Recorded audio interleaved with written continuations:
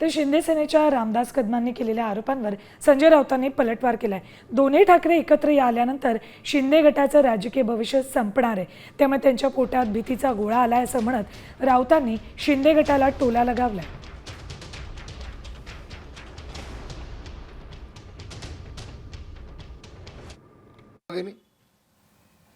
आणि म्हणून मराठी माणसाच्या मुळावरती उठलेला हा उद्धव ठाकरे उद्याच्या जल्लोषामध्ये कसा असू शकतो? ज्यांनी स्वतः मुख्यमंत्री असताना हिंदीचा प्रस्ताव स्वीकारला ते उद्धव ठाकरे उद्याच्या जल्लोषामध्ये कसे असू शकतात? मला मनसेबाबत काय बोलायचं नाही, मला राज ठाकरेंच्याबाबत काय बोलायचं नाही। फक्त राजसाहेबांनी एवढं सांगितलं पाहिजे की महाराष्ट्रासाठी निर्णय घेतोय, महाराष्ट्रासाठी उद्धव ठाकरेंना घेऊन ज्या उद्धव ठाकरेंनी तुम्हाला उद्ध्वस्त करण्याचा शेवटपर्यंत प्रयत्न केला, अगदी शेवटी राजसाहेब आठवा ते दिवस तुम्ही कंटाळून हा देश सोडायला निघाला होतात, आम्ही तुम्हाला थांबवलं।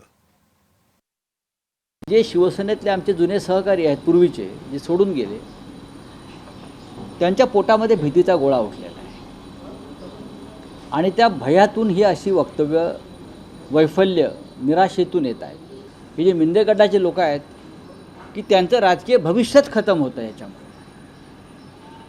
आणि या भीतीपोटी त्यांना त्या सगळ्या अशा कल्पना सुचत आहेत।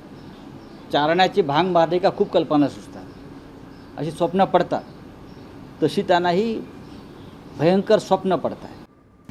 आता isakal.com आहे देशातील नंबर 1 ची मराठी न्यूज वेबसाईट। प्रत्येक अपडेटसाठी isakal.com ला नक्की भेट द्या।